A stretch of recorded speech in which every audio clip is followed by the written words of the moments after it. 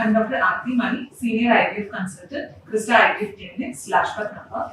In this video, मैं आपको fresh and frozen embryo transfer के बारे में बताऊंगी। कोई भी पेशेंट अगर आईवीएफ का इलाज कर रहा हो, उनको पता है पहला स्टेप ये होती है, अंडा बढ़ने के लिए हम इंजेक्शंस देते हैं, फिर अंडा और स्पर्म को मिला के हम एम्ब्रियोज बनाते हैं, and final and most important step ये आती है, उन एम्ब्रियोज को हमें यूट्रस के अंदर ट्रांसफर भी करना पड़ता है। इसमें 2 टाइप्स होती है, fresh and frozen. Fresh embryo transfer क्या है? जिस साइकिल में, मेंस्ट्रुअल साइकिल में उनका इंजेक्शंस दी जाती है, सेम साइकिल में जैसे अंडा लिया और भ्रूण बनाया, तीसरा या 5वें दिन का एम्ब्रियो को यूट्रस के अंदर हमें ट्रांसफर करना पड़ता है। This is fresh embryo transfer. ये किस किस को की जाती है?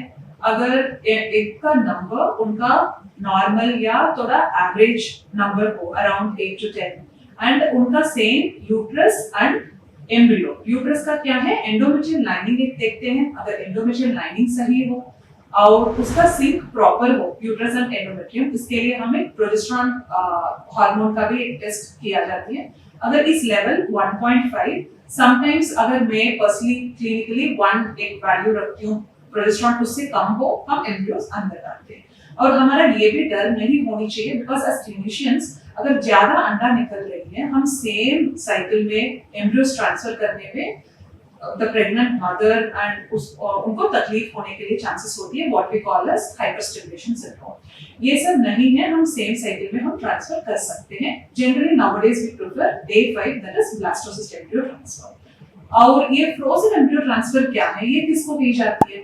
सी फर्स्ट टाइम हम अगर फ्रेश एम्ब्रियो ट्रांसफर कर लिया, ये हमारे पास एम्ब्रियोज बची हुई हैं। All of us know IVF cycles में जनरली अराउंड 50% और मैक्सिमम अराउंड 60% तक हमारा अच्छा पॉजिटिव रिजल्ट्स मिलती है। अगर फर्स्ट फ्रेश साइकिल में हमारा पॉजिटिव रिजल्ट नहीं मिला, हमारे पास बचा हुआ एम्ब्रियोज है, उसको फ्रीज कर देते हैं हम। मोस्टली डे 5 एम्ब्रियोज को हम फ्रीज कर देते हैं। इन एम्ब्रियोज को हम टॉ करके निकाल के सेम हम एंडोमेट्रियम बनाना पड़ती है। उसके लिए various type of progesterone use की जाती है, generally progesterone medicines and sometimes gel also use की जाती है, and this also mimics the same normal cycle. Sometimes हम modified natural cycle और natural cycle जैसे भी बिना दवाइयाँ भी हम एंडोमेट्रियम को हम बनाते हैं। अल्ट्रासाउंड की जाती है, एंडोमेट्रियम लाइनिंग प्रॉपर आया, ट्रिपल लाइन, वैस्कुलरिटी अच्छी है, देन हम एम्ब्रियोज को अंदर डालते हैं। सो मोस्टली क्या क्या कारण हो सकते हैं फ्रोजन के लिए?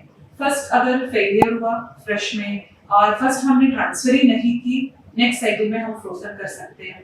और समटाइम्स यूट्रस एंड एम्ब्रियो का सिंक नहीं था, मतलब प्रोजेस्टेरोन वैल्यू ज्यादा था, तब भी ये कर सकते हैं।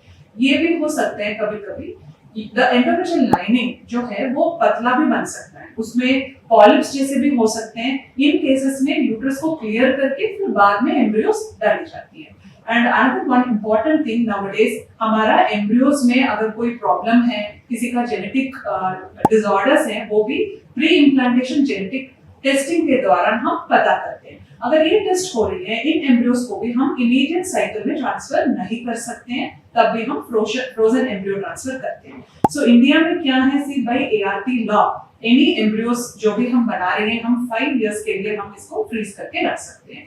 जो भी ज्यादा और इस बारे में जानकारी चाहिए, कहीं आपका पहला साइकिल्स फेल हो गया, आप इस नंबर पे नीचे कांटेक्ट करिए। We can meet and we are here to help you. Thank you. Video को लाइक, शेयर और चैनल को सब्सक्राइब कीजिए। हमारे फर्टिलिटी विशेषज्ञ से मुफ्त परामर्श के लिए नीचे दिए गए नंबर पर अभी कॉल कीजिए।